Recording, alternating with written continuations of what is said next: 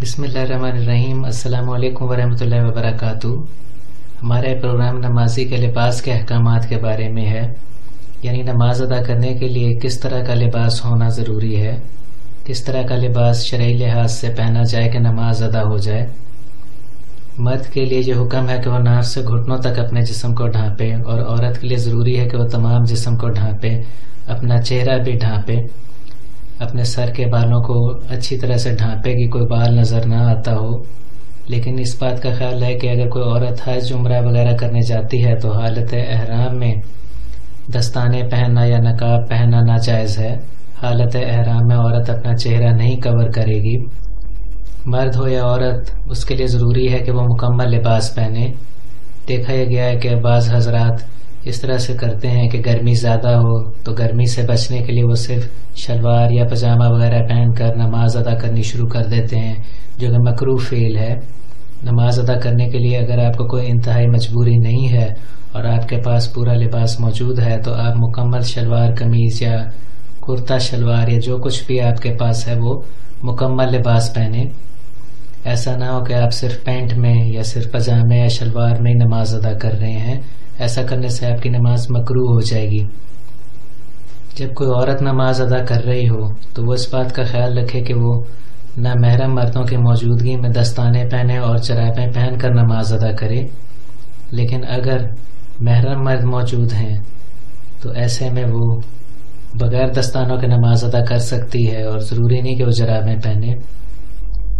مرد اور عورتیں نماز ادا کرنے کے لیے اس بات کا ضرور خیال رکھیں کہ ان کا لباس اس طرح کا نہ ہو کہ اس سے ان کے جسم کی ساخت کا پتہ چلتا ہو۔ یعنی آج کل بعض لوگ بہت ٹائٹ قسم کا لباس پہنتے ہیں، ٹائٹ ڈریسز چلتے ہیں، اس طرح کا لباس پہنتے ہیں کہ جس سے ان کی ٹانگوں کی شیپ کا پتہ لگتا ہے۔ یہ وہ لباس بہت زیادہ فٹنگ والا ہوتا ہے۔ ایسا لباس پہن کر نماز ادا نہیں کی جائے، ایسا لباس پہننا ناجائز ہے۔ لہٰذا نماز ادا کرنے کے لیے اس بات کا خیال رکھیں کہ پھنسا ہوا تنگ لباس نہ ہو۔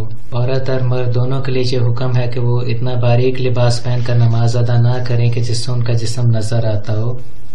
مزید وہ اس بات کا خیال رکھیں کہ مرد عورتوں کے رنگ والے کپڑے نہ پہنیں اور عورتیں مردوں کے جیسے کپڑے نہ پہنیں۔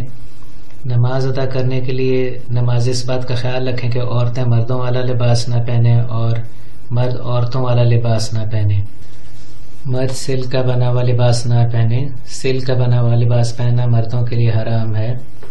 اگر کسی شخص کو انتہائی مجبوری ہے، کسی مرد کو، کہ اس کے پاس کوئی اور لباس نہیں ہے، صرف سلک والا لباس ہی موجود ہے، تو ایسے میں وہ سلک والا لباس پہن کر نماز پڑھ سکتا ہے۔ ایسے میں اس کی نماز ادا ہو جائے گی۔ نماز ادا کرنے کے لیے نمازی کے لباس کا پاک صاف ہونا بھی ضروری ہے۔ اس بات کا خیال رکھنا انتہائی ضروری ہے کہ جن کپڑوں میں آپ نماز ادا کرنے جا رہے ہیں ان پر کوئی نجاست، کوئی غلاظت وغیرہ نہ لگی ہوئی ہو۔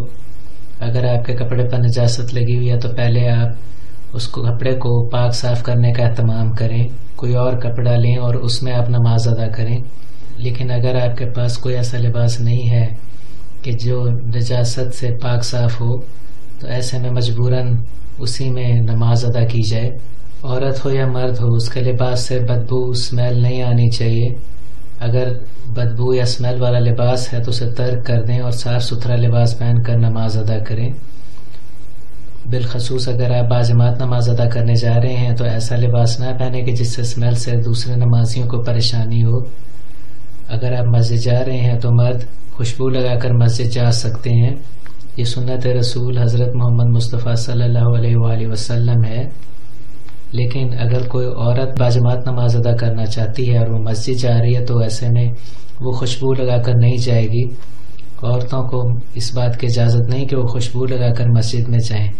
اگر مان لیجئے کوئی عورت خوشبو لگا بھی لیتی ہے تو اس کے لیے ضروری ہے کہ بے شک وہ راستے میں ہو، واپس اپنے گھر جائے، وہاں جا کر غسل کرے، یہاں تک کہ اس کے جسم سے ہر طرح کی خوشبو چلی جائے۔ اس کے بعد وہ پھر وضو کر کے یا جو کچھ بھی اس کے پاکی کا جو کچھ بھی کرائیٹیریا بنتا ہے شرعی لحاظ سے ضروری ہے اس کے لیے وہ حاصل کرے، اور اس کے بعد وہ مسجد جائے گی۔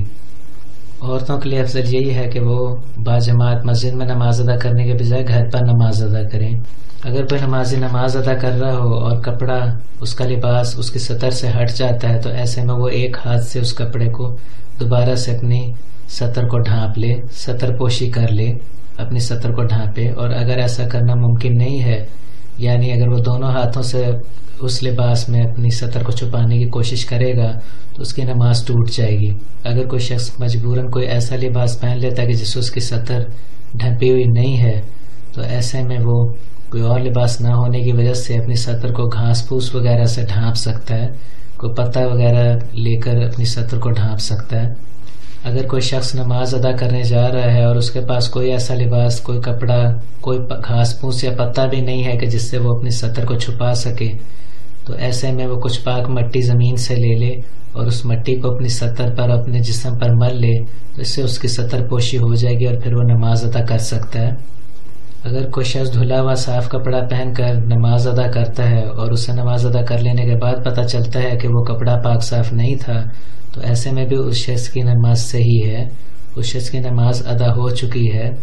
اگر کسی شخص کے پاس صرف ایک لباس ہے اور اس شخص کا لباس بھی نجس ہے اور اس کا جسم بھی نجس ہے، تو ایسے میں پہلے وہ اپنے اس لباس کو پاک صاف کرے گا اور نجس جسم کے ساتھ ہی نماز ادا کرے گا تو اس کی نماز ادا ہو جائے گی۔ اگر کسی شخص کے پاس جو لباس ہے وہ لباس تو پاک صاف ہے لیکن اس کا جسم نجس ہے تو ایسے میں اس کی نماز ادا نہیں ہوگی۔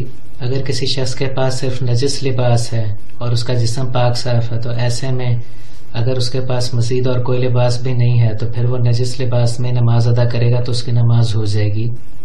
لیکن یہاں اس بات کی شرط ہے کہ اس کے پاس کوئی ایسے وسائل یا ذرائع موجود نہ ہو کہ وہ اس لباس کو دھو کر یا کسی طریقے سے پاک صاف کر سکتا ہو۔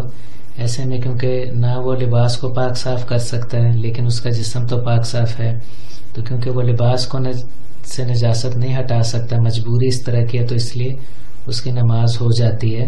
اگر کسی شخص کے لباس پر یا اس کے جسم پر خون لگا ہوا تھا اور اسے اس بات کا یقین تھا کہ یہ خون کسی مچھر وغیرہ کا ہے، کچھ اس طرح کا خون ہے کہ اس سے نماز ہو جاتی ہے، تو مان لیجیے اس شخص نے نماز ادا کر دی لیکن نماز پڑھ لینے کے بعد اس کو یہ پتہ چلا کہ وہ خون کسی مچھر وغیرہ کا نہیں تھا بلکہ کسی ایسی چیز، کسی ایسے ذریعے کا، کسی ایسی چیز کا خون تھا، کسی ایسی وجہ سے آیا ہوا خون تھا کہ جس سے نماز ادا نہیں ہوتی، تو پھر بھی اس کی نماز ہو چکی ہے۔ اگر کوئی شخص، کوئی عورت، کوئی مرد یہ نہ جانتا ہو کہ وہ جس طرح کے لباس میں نماز ادا کر رہا ہے اس میں نماز ادا نہیں ہوتی لیکن وہ نماز ادا کر لیتا ہے اور نماز ادا کرنے کے بعد اسے پتہ چلتا ہے پھر بھی اس کی نماز ادا ہو چکی ہے، آئندہ کے لیے وہ پاک صاف لباس اور جو دیگر شرعی مسائل ہیں جو ابھی ہم آپ کو بتا رہے ہیں اور کچھ بتا چکے ہیں، ضروری ہے کہ ان کی پاسداری کرے گا۔ جب تک کسی کو علم نہیں ہے شرعی احکامات کا کہ نماز ادا کرنے کے لیے لباس کیسا ہونا ضروری ہے، اس وقت تک جو اس نے نماز ادا کی ہے وہ نماز ادا ہو جاتی ہے۔ نمازی کے لیے ضروری ہے کہ وہ نماز کسی ایسے لباس میں ادا نہ کرے جو کسی ایسے جانور کی کھال کا بنا ہو جو کہ حرام ہے۔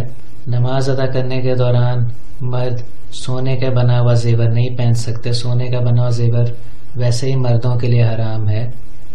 عورتیں زیور پہن کر نماز ادا کر سکتی ہیں، نماز ہو جاتی ہے۔ جب عورتیں وضو کریں تو اس بات کا وہ خاص خیال رکھیں کہ وہ جیولری اتار کر وضو کریں تاکہ جسم کے جو حصے جن تک پانی پہنچنا ضروری ہے وہاں تک پانی پہنچ سکے، ورنہ ان کا وضو نہیں ہوگا۔ مزید یہ عورتوں کو اس بات کا بھی خیال رکھنا انتہائی ضروری ہے کہ انہوں نے نیل پالش وغیرہ نہ لگائی ہو، لپسٹک نہ لگائی ہو، کوئی ایسا میک اپ نہ انہوں نے کیا ہوا ہو کہ جس سے جسم گیلا ہونے سے رہ جاتا ہے، ایسے میں وضو نہیں ہوا کرتا۔ اگر نماز کے دوران آپ نے اپنی قمیض کی آستین ٹھیک کرنی ہے یا شلوار قمیض وغیرہ ٹھیک کرنی ہے تو آپ صرف ایک ہاتھ سے ٹھیک کریں۔ اگر آپ دونوں ہاتھوں سے قمیض ٹھیک کریں گے، آستین ٹھیک کرنے لگ جائیں، جیسے بعض لوگ دونوں ہاتھوں سے آستینیں چڑھانے لگ جاتے ہیں تو نماز ٹوٹ جاتی ہے۔ لہٰذا جب آپ نماز ادا کریں تو اس بات کا خیال رکھیں کہ آپ لباس سے کھیلنے سے احتیاط کریں، آپ نے لباس سے نہیں کھیلنا۔ نماز ادا کرنے کے دوران اپنے کپڑوں کو ٹھیک کرنا مکروہ فعل ہے۔ اگر نماز ادا کرنے والے شخص کے جسم یا لباس پر حیض، نفاس، استحاضہ یا کسی حرام جانور کا خون لگا ہو تو ایسے میں نماز ادا نہیں ہو سکتی۔ اگر کسی شخص کے لباس پر اس کے منہ کے اندر، ناک میں نکسیر کا خون ہو یا بواسیر کا خون اس کے لباس پر لگ جائے تو ایسے میں بھی نماز ادا ہو جایا کرتی ہے۔ اگر کسی شخص کے لباس پر خون لگا اور اسے اس بات کا علم نہ ہو کہ وہ خون کس چیز کا لگا ہوا ہے تو ایسے میں اس لباس میں نماز ادا نہیں ہوگی، لہٰذا ایسے میں اس لباس کو دھو کر اس کا پاک صاف کرنا ضروری ہے، اس کے بغیر اس میں نماز ادا نہ کی جائے۔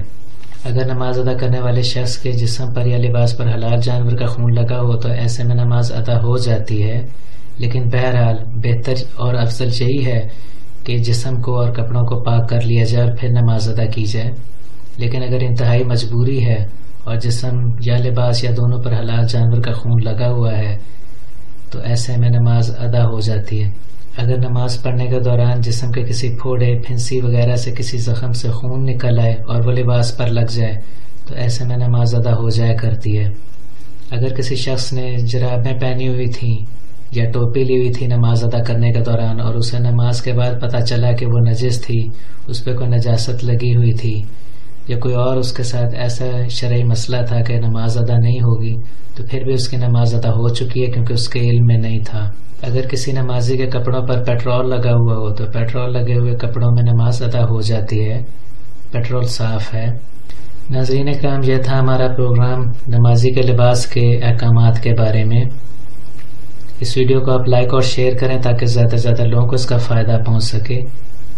اگر آپ نے ہمارے چینل کو ابھی تک سبسکرائب نہیں کیا تو پلیز سبسکرائب کریں، کمنٹ سیکشن میں اپنی رائے کا اظہار کریں۔ حاضر ہوں گے آپ کی خدمت میں ایک نئے پروگرام کے ساتھ، تب تک کے لیے اجازت دیجیے۔ اللہ حافظ۔